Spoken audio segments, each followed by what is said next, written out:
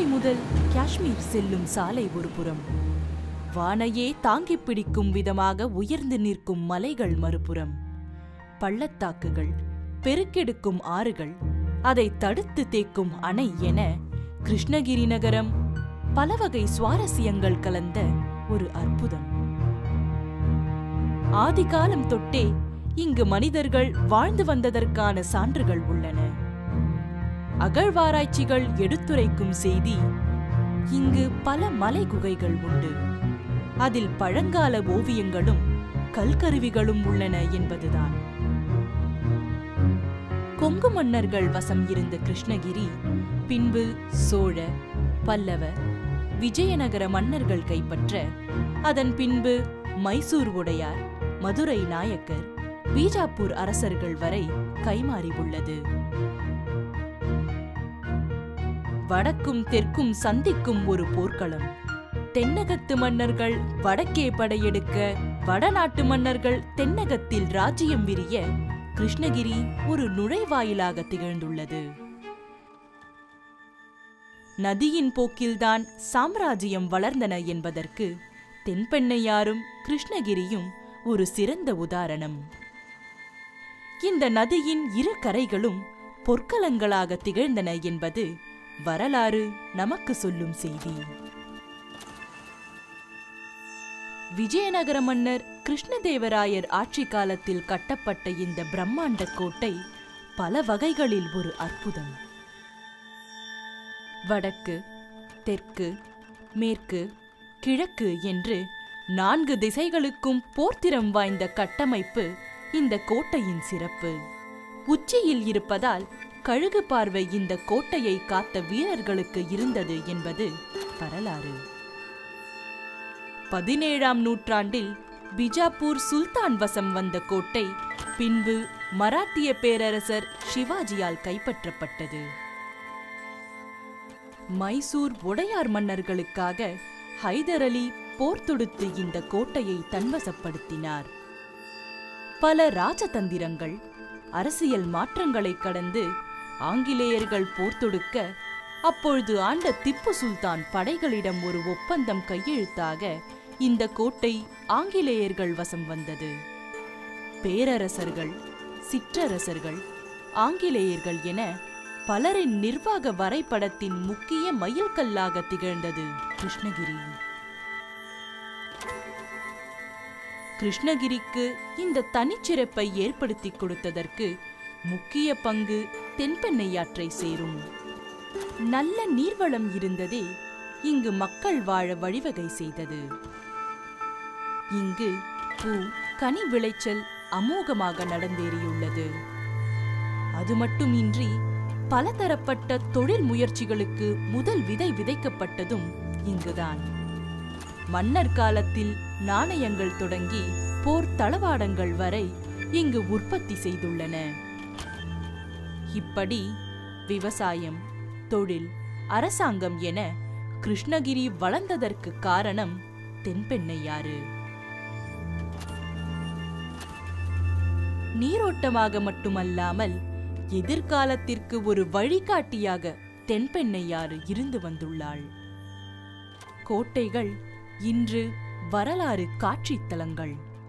ஆனால் நிறுவப்பட்டு உபயோகிக்கப்பட்ட காலங்களில் இவை வீரம் மற்றும் அரசியல் சாதுரியத்தின் பிரதிபலிப்பு. இந்த கல்கட்டிடங்கள் பல வரலாறு சிறப்பு மிக்க நிகழ்விற்கு சாட்சி. கிருஷ்ணகிரி கோட்டையில் கிருஷ்ணதேவராயர் மற்றும் அவரை தொடர்ந்து ஆட்சி புரிந்த விஜயநகர மன்னர்களின் சாதுரியம் பற்றிய கதைகள் பல சொல்லப்படுகின்றன. இந்த மலையில் உள்ள மற்றொரு முக்கிய அமைப்பு இங்கு அமைந்துள்ள சையத் பாஷா தர்கா. இந்த கோட்டை மற்றும் அது அமைந்துள்ள மலைகளை கூர்ந்து கவனித்தால் பல சுவாரஸ்யங்கள் வெளிப்படும்.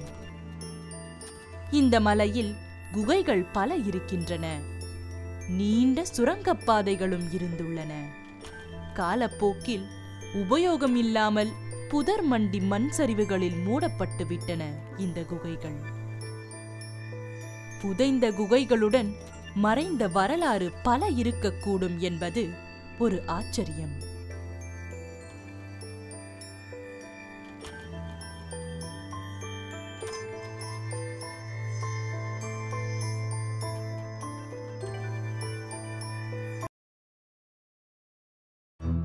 போர் என்றால் இன்று நமக்கு தெரிந்தது உயரப் பறக்கும் விமானங்கள், கடலை கிழித்து பாயும் போர்க்கப்பல்கள், ஏவுகணைகள், பீரங்கிகள்.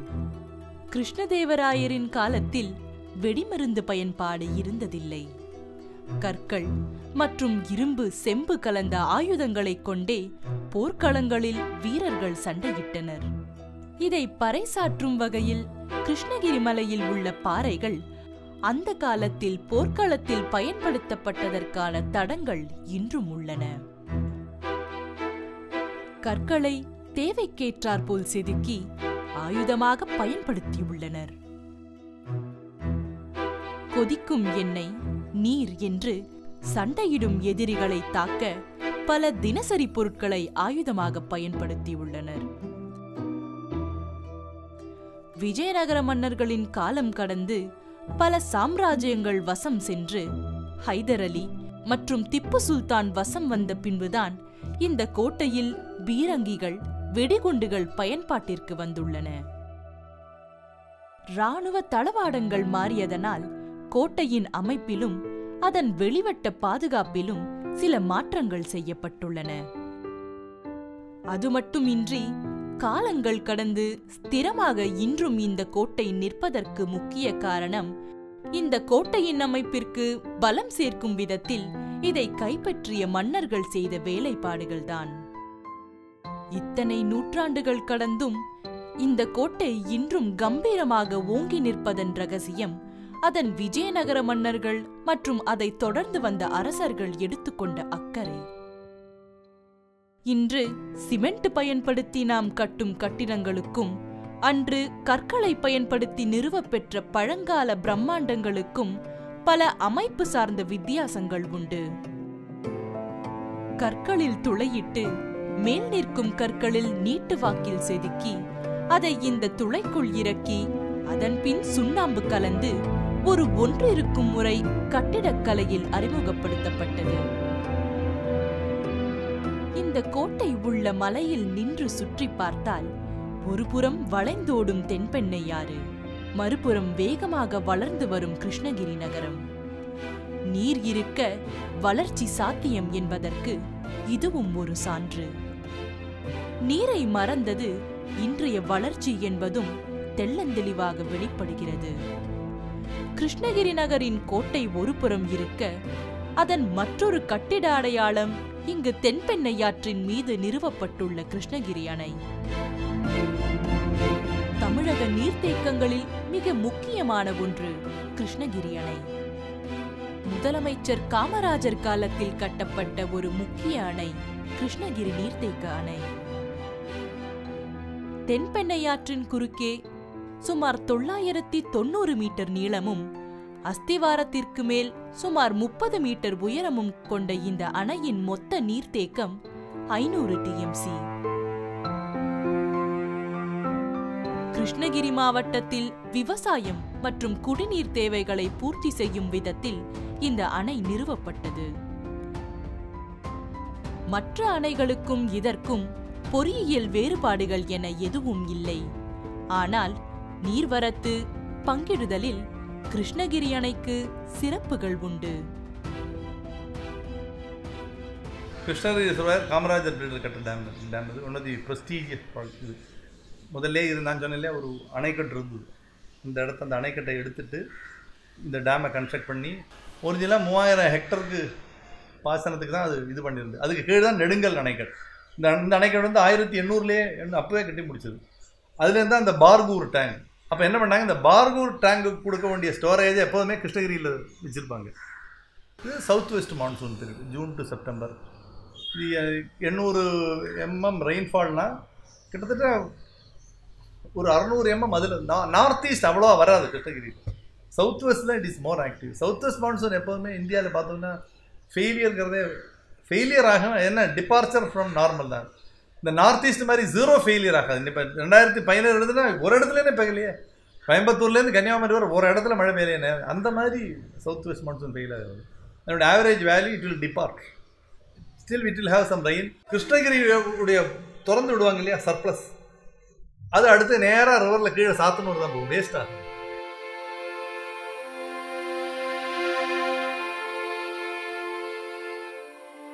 கிருஷ்ணகிரியின் புவியியல் அமைப்பு சற்று வித்தியாசமானது. மேற்கு, வடக்கு, தெற்கு என்று 3 திசைகளும் மேல்தட்டில் அமைய கிழக்கு பள்ளத்தாக்கின் ஆரம்பமாக விளங்குகிறது கிருஷ்ணகிரி. இதனால் ஒவ்வொரு திசையிலும் வெவ்வேறு காலங்களில் மழை பெய்து ஆண்டின் பல மாதங்களில் நீர்வரத்து பெறும் ஒரு அதிசயம் இங்கு திகழும். எந்த ஒரு அணையை கட்டும் முன்பும் அங்கு நீரின் அளவு, நிலத்தின் பலம், நீர் தேக்கினால் அதன் பயன்பாடு உள்ளிட்ட ஆய்வு செய்யப்படும். கிருஷ்ணகிரி அணைக்கும் இப்படி அனைத்து ஆய்வுகளும் செய்யப்பட்டு குறியீடுகள் நிர்ணயிக்கப்பட்டன. எதிர்பார்த்த அளவை விட நீர்வரத்து அதிகரிக்க குறியீடுகளை தாண்டி நிலப்பரப்பில் விவசாயம் செழித்த கதைகளும் உண்டு. அரசு செய்த முதலீட்டிற்கு கணிக்கப்பட்ட அளவை விட விவசாயம் வாயிலாக வருமானம் ஈட்டித் தந்த பெருமை இந்த அணைக்கும் அந்த அணைக்கு நீர் சுமந்து வந்த தென்பெண்ணையாரையும் சேரும். இப்படி நன்னீர் மேலாண்மையின் மைல்கல்லாக விளங்க வேண்டிய இந்த நீர்த்தேக்க திட்டம் தற்பொழுது ஒரு வினோத பிரச்சனையை சந்தித்து வருகிறது. முன்பு வர்தூர் பள்ளத்தாக்காக இருந்து வந்த பகுதி இன்று பெங்களூரு நகரின் மைய புறநகர்களில் ஒன்று. அங்கு இருக்கும் பிரம்மாண்ட பெலந்தூர் மற்றும் வர்தூர் ஏரிகள் கழிவுநீர் தொட்டிகளாகவே காட்சியளிக்கின்றன. இந்த நீர் தென்பெண்ணையாறு வழியாக தமிழகத்தின் முக்கிய தொழில் நகரான ஓசூரை கடந்து வர மேலும் மாசடைகிறது. இப்படி கழிவுநீர் பெருமளவு பெருக்கெடுத்து வர அது கீழ்மடை விவசாய நிலங்களை மாசுபடுத்தி வருகின்றது என்பது விவசாயிகளின் பெரும் கவலை.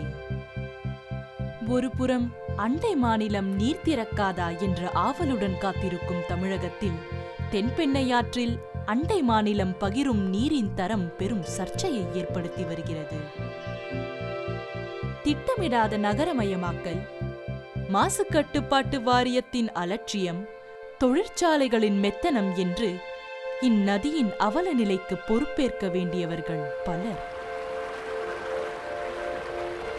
நகரமயமாக்கலுக்கு பலியான நதிகளில் தென்பெண்ணையாறும் ஒன்று.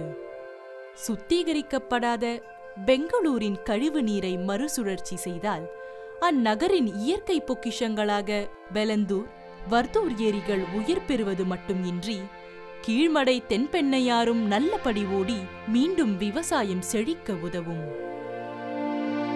ஒரு நல்ல நீர்வளத்தை நம்மால் மீண்டும் நிறுவ முடியாது. இருக்கக்கூடிய நீர்வளத்தை பாதுகாக்க தவறுவதனால் ஏற்படும் பொருளாதார இழப்பையும் நாம் புரிந்து கொள்வதில்லை. பல 100 கோடிகள் செலவு செய்தாலும் அன்று தெளிவாக ஓடிய தென்பெண்ணையாற்றை மீட்க முடியுமா என்பது சந்தேகமே. நம் வருங்காலத்தை மனதில் வைத்தாவது இனி நம் நதிகளையும் நன்னீர் ஆதாரங்களையும் மாசுபடுத்துவதை அறவே தவிர்ப்போம்.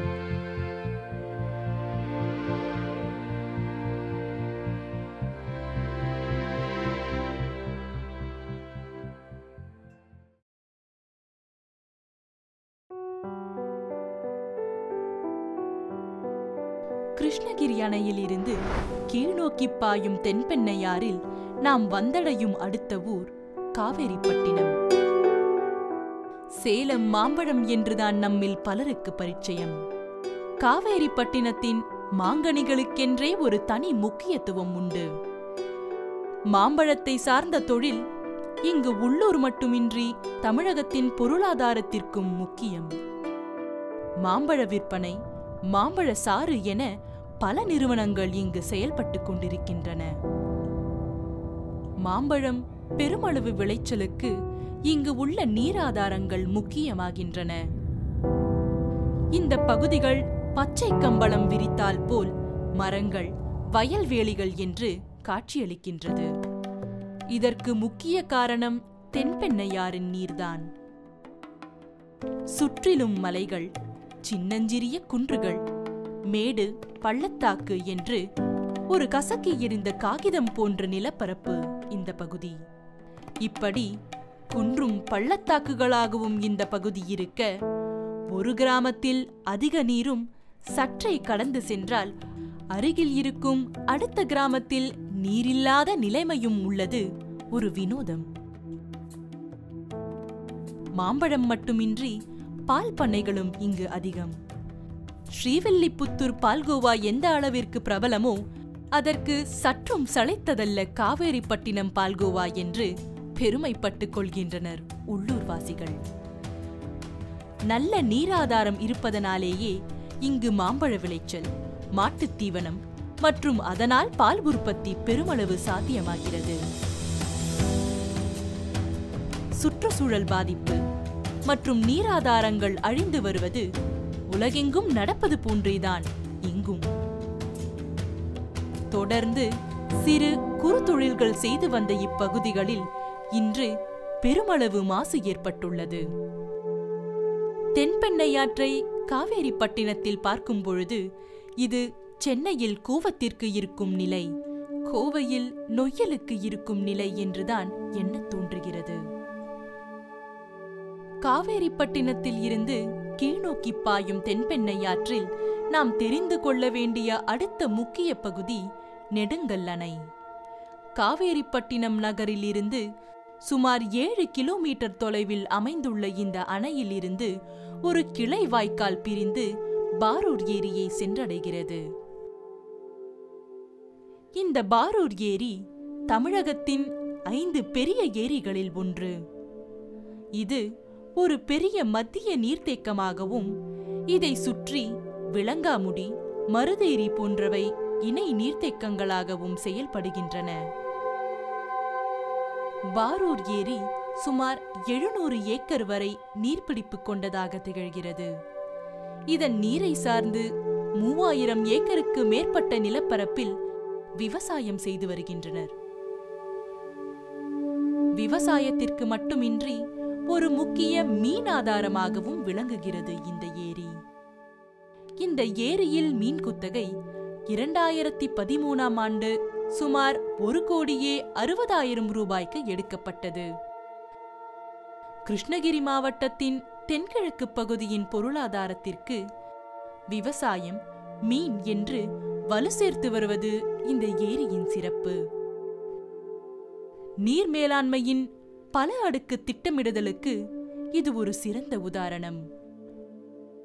பாய்ந்து வரும் நதியின் குறுக்கே தடுப்பணை கட்டி ஒரு கிளை வாய்க்கால் மூலம் ஓரளவு திசை திருப்பி பள்ளமான பகுதியில் ஒரு ஏரி போன்ற நீராதாரத்தை நிறுவி அங்கு நீர் சேமித்து அதன் மூலம் விளைச்சல், மீன் என்று காலம் காலமாக வாழ முடியும் என்று எடுத்துரைக்கின்றது தென்பெண்ணையாறு.